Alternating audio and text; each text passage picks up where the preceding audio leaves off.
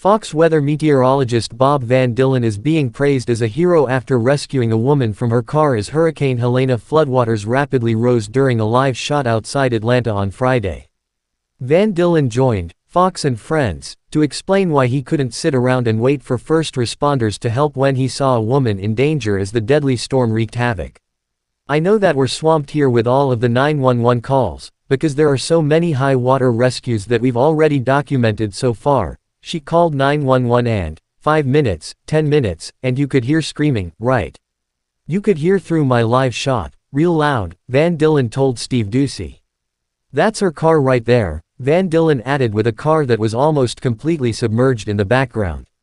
"So I just said, you know what? I realize I'm with you guys on the air, but I can't let it go." The Fox weather meteorologist dropped everything to help the woman get out of the situation safely. "I took my wallet out of my pants, and I went in there, waded in, got chest deep," Van Dillen said as he was told by Janice Dean not to be humble about the heroic effort. "You know how it is. I was concerned that maybe there was a nice swift current, but the current really wasn't that bad. But, the water temperature I was afraid of, too.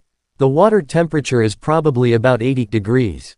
So, all of those things were working pretty nicely. So, that being said, the water came up to about my chest," Van Dillen added.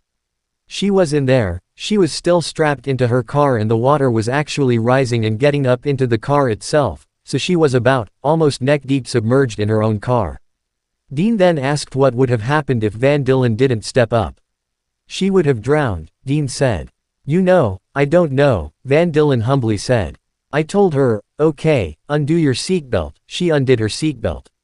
"I said, let me have your phone, let me have your bags, then put her on my back and we walked in. She's fine." She was in shock, Van Dillen said. "She was cold, shivering, so I gave her one of my shirts and she was in our car, just warming up. About 20 minutes later the fire department came, saw that we were okay and went on to the next rescue, wherever they're going," he continued. Her husband just picked her up about 5 minutes ago. Helene made landfall about 10 miles west-southwest of Perry, Florida, at 11:10 p.m. ET Thursday, and impacts have been felt across the southeast and into portions of the mid-Atlantic as the monster storm pushed farther inland and began to weaken. While wind does remain a concern, the greatest threat from Helene continues to be the flash flooding as torrential rain falls across the region, sending rivers and streams out of their banks, onto roads and into communities, trapping residents.